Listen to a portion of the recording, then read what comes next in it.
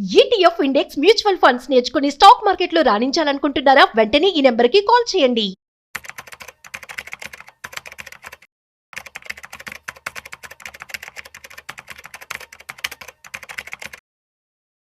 Hello అండి, నమస్తే. నమస్తే అండి. సో ఎఫ్డీతో పోలిస్తే మనకి నార్మల్గా బాండ్స్ ఎక్కువగా మంచి రిటర్న్స్ ఇస్తాయి, బాండ్స్లో ఇన్వెస్ట్ చేస్తే అని అంటుంటారు. నిజంగానే ఇది కరెక్ట్ అంటారా? అండ్ ఒకవేళ అంటే బాండ్స్లో నిజంగానే మనం ఇన్వెస్ట్ చేయాలి అని అనుకుంటే ఎలాంటి విషయాలు మనం దృష్టిలో పెట్టుకొని ఇన్వెస్ట్ చేయాలంటారు అసలు యాక్చువల్లీ? వెరీ అంటే చాలామందికి కామన్గా వచ్చే డౌట్ అనమాట.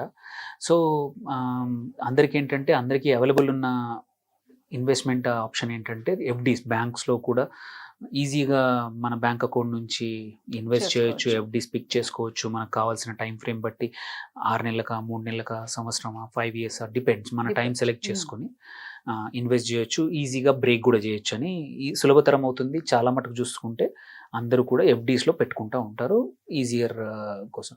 అండ్ మీరు రిటర్న్స్ చూసుకున్నా సరే మ్యాక్సిమం ఇవాళ 8% మ్యాక్సిమం ఉన్నాయి. Most of them 5 to 7, 8.5 time టెన్యూర్ని బట్టి. యూజువల్లీ లాంగర్ పీరియడ్స్కి కొంచెం బెటర్ ఇంట్రెస్ట్ రేట్స్ ఉంటాయి, షార్టర్ పీరియడ్ తక్కువ ఉంటాయి. అండ్ ఇంకొకటి ఏంటంటే ఎఫ్డీలో కొంచెం సీనియర్ సిటిజన్స్ అయితే ఒక 0.25% నుంచి 0.5% అదనంగా కూడా రిటర్న్స్ వస్తాయి, అంటే ఇంట్రెస్ట్ వస్తుంది మనకి బ్యాంకుల్లో. ఇంకో అడ్వాంటేజ్ ఏంటంటే బ్యాంకుల్లో ఎఫ్డీలో పెడితే ఏంటంటే 5 లక్షల వరకు డిఐజిసిసి ఎవరైతే డిపాజిట్ ఇన్సూరెన్స్ గవర్నమెంట్ ఏదైతే కార్పొరేషన్ ఉందో దాని ద్వారా 5 లక్షల వరకు ఇన్షూర్ చేయబడతాయి. అంటే బ్యాంక్ మునిగిపోయినా కానీ మనకి 5 లక్షల వరకు అయితే ఎటువంటి ఇబ్బంది లేకుండా మన డబ్బులు మనకి సేఫ్ ఉంటాయి. సో రిస్క్ తక్కువ అనమాట ఎఫ్డీస్లో. అండ్ లిక్విడిటీ అంటే ఎప్పుడంటే అప్పుడు కావాలనే యాక్సెస్ కూడా ఈజీగానే ఉంటుంది. మీరు కాకపోతే ఏంటంటే మనం అనుకున్న టైం కన్నా లెట్స్ సే మనం 1 year ఎఫ్డీ పెట్టాము, బట్ 3 నెలల్లో మనం విత్డ్రా చేయాలనుకుంటే 1% ఇంట్రెస్ట్ పెనాల్టీ ఉంటుంది. సో అది కాకపోతే లిక్విడిటీ మాత్రం ఉంటుంది. జనరల్గా మనం ఎప్పుడు కావాలంటే అప్పుడు బ్రేక్ చేసే అవకాశం ఉంటుంది. With in a day or same day డబ్బులు వచ్చేస్తాయి మనకి. అండ్ ఇంపార్టెంట్ ఏంటంటే ట్యాక్సేషన్ ఇంపార్టెంట్. ఎవరైనా మనం పెట్టేప్పుడు ఎఫ్డీలో ఇంట్రెస్ట్ అబ్జల్యూట్గా ట్యాక్స్ పడుతుంది. మీరు ఏ బ్రాకెట్లో ఉన్నారో ఆ బ్రాకెట్లో కొంచెం కాకపోతే కొంచెం ఎలిజిబిలిటీ ఉంది. 20,000 వరకు ట్యాక్స్ ఎగ్జెంప్షన్ ఉంది, బట్ అది కొత్త ట్యాక్స్ రెజీమ్లో అది కూడా లేదు. సో ఇట్ ఈస్ మీరు 20% బ్రాకెట్, 10% బ్రాకెట్, ఏ బ్రాకెట్లో ఉన్నారో అంత బ్రాకెట్లో ఉన్న ఇన్కమ్ మీద యాడ్ అవుతుంది అన్నమాట. So then question two bonds మంచివి అని ఎవరైతే అనుకుంటారో, ఎస్ జనరల్గా bonds depends on the kind of bond. మన ఎఫ్డి కన్నా కొంచెం ఎక్కువగా రిటర్న్స్ వస్తాయి. ఎఫ్డి 6% ఉంటే మోస్ట్ ఆఫ్ ద బాండ్స్ 6 నుంచి 7.5 వరకు గవర్నమెంట్ బాండ్స్. కొన్ని ప్రైవేట్ బాండ్స్, కార్పొరేట్ బాండ్స్ కానీ అవి చూసుకుంటే ఈవెన్ 10, 11, 12% వరకు కూడా వెళ్ళొచ్చు.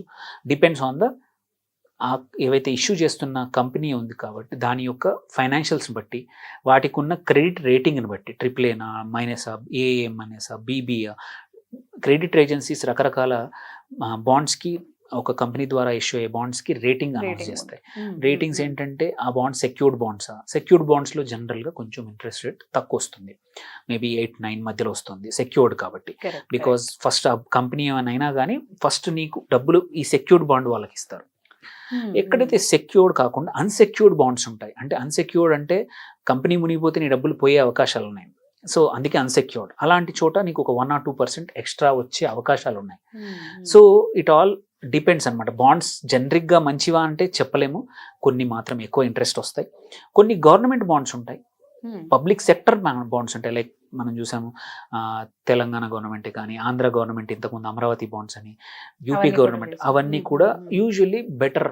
అంటే మన బ్యాంక్ ఎఫ్డి కన్నా ఒక 1 or 2% బెటర్ రిటర్న్స్ వచ్చే అవకాశాలు. అలాగే కొన్ని స్టేట్ బ్యాంక్స్, స్టేట్ కార్పొరేషన్స్ అవి కూడా బాండ్స్ రిలీజ్ చేస్తూ ఉంటాయి. వన్ ఇంపార్టెంట్ థింగ్ ఏంటంటే ప్రతిసారి ఎస్పెషల్లీ గవర్నమెంట్ బాండ్స్లో ప్రైమరీ సేల్ అంటే బాండ్ ఇష్యూ అయినప్పుడు ఓన్లీ ఇన్స్టిట్యూషన్స్కి ఉంటాయి. అంటే బ్యాంక్స్ కానీ పెద్ద పెద్ద ఇన్స్టిట్యూషన్సే కొనగలుగుతాయి. మనలాగా రీటైల్ ఇన్వెస్టర్స్ యూజువల్లీ ప్రైమరీగా దొరక్కపోవచ్చు. కాకపోతే సెకండరీ మార్కెట్ అనేది హ్యూజ్ ఉంటుంది. అంటే సెకండరీ మార్కెట్ అంటే మన డీమ్యాట్లోనే మనం బాండ్స్ని కొనుక్కోవచ్చు. ఇవి వచ్చేసి మనం వెతుక్కోవచ్చు. ఎన్ని సంవత్సరాల కాల పరిమితి ఉంది, 2 సంవత్సరాల, 3 సంవత్సరాలు, అంటే బాండ్ పేరులోనే ఉంటుంది. 2029, 2027, అండ్ ఆల్సో ఫేస్ వాల్యూ ఎంత, అండ్ ఆల్సో ఇంట్రెస్ట్ రేట్ ఎంత.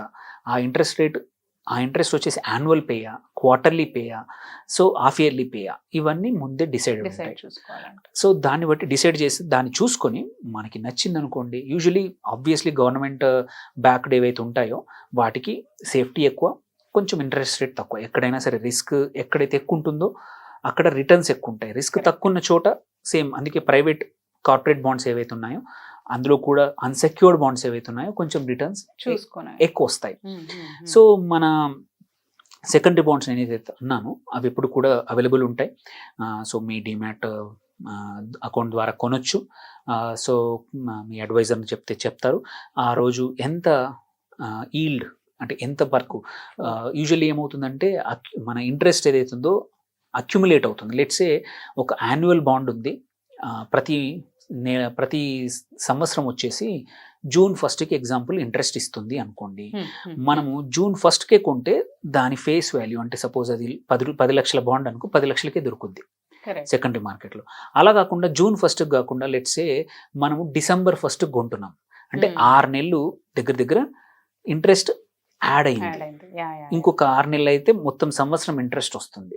అప్పుడు 10 లక్షలు కాకుండా 10 లక్షలు ప్లస్ ఈ 6 నెలల ఇంట్రెస్ట్ కూడా ప్రైస్లో యాడ్ అవుతుంది. సో దాన్ని బట్టి మనం ఈల్డ్ ఎంత అనేది తెలుస్తుంది అనమాట. జనరల్గా మనం చూడాల్సిన అంశాలు, మీరు క్వశ్చన్ ఏంటంటే మనం ఏం చూడాలి బాండ్స్ చేసేప్పుడు. బాండ్స్ చూడేసేప్పుడు మనకి ఏంటంటే రిస్క్ ప్రొఫైల్ చూసుకోవాలి. నేను ఓన్లీ సేఫ్ కావాలి అనుకుంటున్నాను అనుకోండి, ఓన్లీ గవర్నమెంట్ బాండ్స్ కొనుక్కోండి. లేదు నాకు సేఫ్టీ డీసెంట్గా ఉంటూ మంచి ఇంట్రెస్ట్ రేట్ ఎక్కువ రావాలి నాకు కొంచెం బాండ్కి, డీసెంట్ కంపెనీ, అలాంటప్పుడు ప్రైవేట్ సెక్టర్ బాండ్స్ కానీ బ్యాంక్స్ ఆర్ కార్పొరేట్ బాండ్స్ కానీ ఇలాంటివి తీసుకోవచ్చు. ఇప్పుడు కొత్తగా బాండ్ ప్లాట్ఫామ్స్ వచ్చాయి చాలా. కరెక్ట్. ఓకే, యూబీ లాంటి లాట్ ఆఫ్ ఇక్కడ ఏంటంటే ఇంకా కొంచెం హయ్యర్, కాకపోతే రిస్క్ ఎక్కువ కూడుకున్నాయి. కొన్ని ప్రైవేట్ కంపెనీస్, ఎన్బిఎఫ్సిస్ 13, 14, 15% వరకు కూడా సంవత్సరానికి వచ్చే బాండ్స్ ఉన్నాయి. But higher risk. Just because ఒక ప్లాట్ఫామ్ అవైలబుల్ ఉంది, ఈజీగా పెట్టగలుగుతున్నాను, ఇన్వెస్ట్ చేయగలుగుతున్నాను, ఎగ్జిట్ అవ్వగలుగుతున్నాను మాత్రం ఇన్వెస్టర్స్ తొందర పడొద్దు. ఎందుకంటే కొన్ని పేరు లేని కంపెనీస్ కూడా ఈ ప్లాట్ఫామ్స్ ద్వారా డబ్బులు రేజ్ చేసే అవకాశాలు ఉన్నాయి. రేపు ఏవైనా నష్టపోతే ఈ ప్లాట్ఫామ్ మిమ్మల్ని కాపాడదు.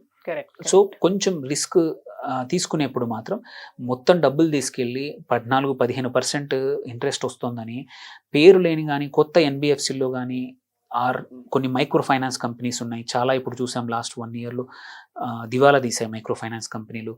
అట్లాంటి బ్యాంకుల దగ్గర అట్లాంటి ఇన్స్టిట్యూషన్స్ కానీ బాండ్స్ తీసుకుంటే మాత్రం ఇబ్బందుల్లో పడతాం. సో కొంచెం రిస్క్ తీసుకోవడం బెటర్ తొందరపడి. బికాస్ ఏంటంటే ఈ ప్లాట్ఫామ్స్ కూడా ఈజీగా యాక్సెసిబుల్.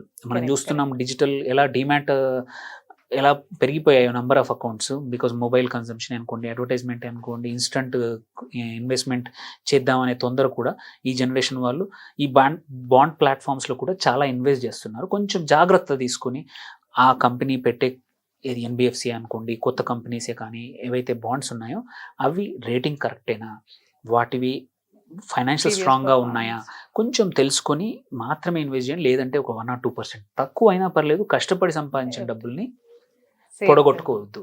ఇది మీ ఫైనాన్షియల్ అడ్వైజర్ ఎవరైతే ఉన్నారో వాళ్ళతో మాట్లాడండి, ఆర్ తెలిసిన వాళ్ళతో మాట్లాడండి, ఆర్ కొంచెం సొంతంగా రీసెర్చ్ చేసుకోండి తప్ప తొందరపడద్దు. ఎగ్జాక్ట్లీ. థ్యాంక్ యూ అండి. Thank you so much. Thank you అండి. Thank you.